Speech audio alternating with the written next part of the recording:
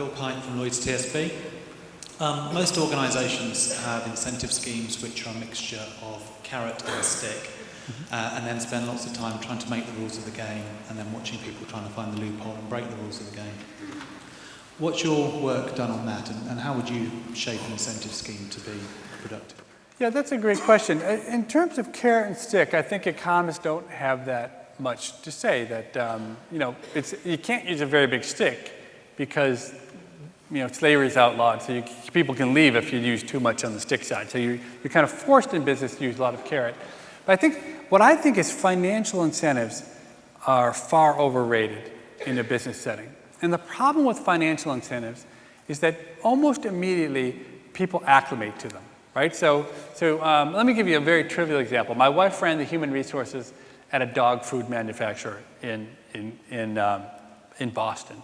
And we had a bunch of immigrant workers who worked there, Portuguese immigrants, or Brazilian immigrants as well. And these are very poor people who made very low wages. And so as a perk, she organized that all of them will get a turkey for Christmas. And the first year, they were just elated. They were so happy. It was so nice the employer had done something for them, giving them this nice turkey. And morale was very high. So the next year, they gave a turkey again. And this time, didn't really, nothing really happened.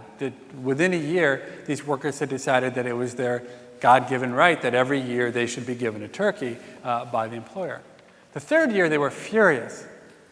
And they complained. They said, the turkeys this year were not as big as the turkeys last year. This is terrible what you've done to us, cheating us on our turkeys. And I think that's true of almost every sort of financial perk you can give, is that as soon as you give it once, people just expect it in the future. I think the real answer, and this is not easy, but the real answer is, this is going to sound weird or bad, is to cajole or to trick your employees into thinking that what they're doing is important. Okay, that's far more effective in the long run than giving them money, right? People who love what they do, who think what they're doing makes a difference, are much better employees. And the best example, I spent a lot of time at Google. And Google is more cult-like than any organization I've ever been in. People who work at Google, they love Google. They believe in Google. They think Google is incredibly important. I'll just give you the one. So my first introduction to Google, I had approached them because I thought that we could use Google's data to try to stave off the next global pandemic. Okay, and my idea was that the official, the official sort of government bureaucracies that are in charge of tracking disease are way behind. It takes them forever to get information. But in the rural parts of China, you could imagine a clinic typing into Google, some strange rash or something that looks like smallpox, and trying to gather that information to try and see whether or not a global pandemic was starting. And I talked to the people at Google about doing it, and I think they actually had some confidence it would work. But they said, we won't do the project.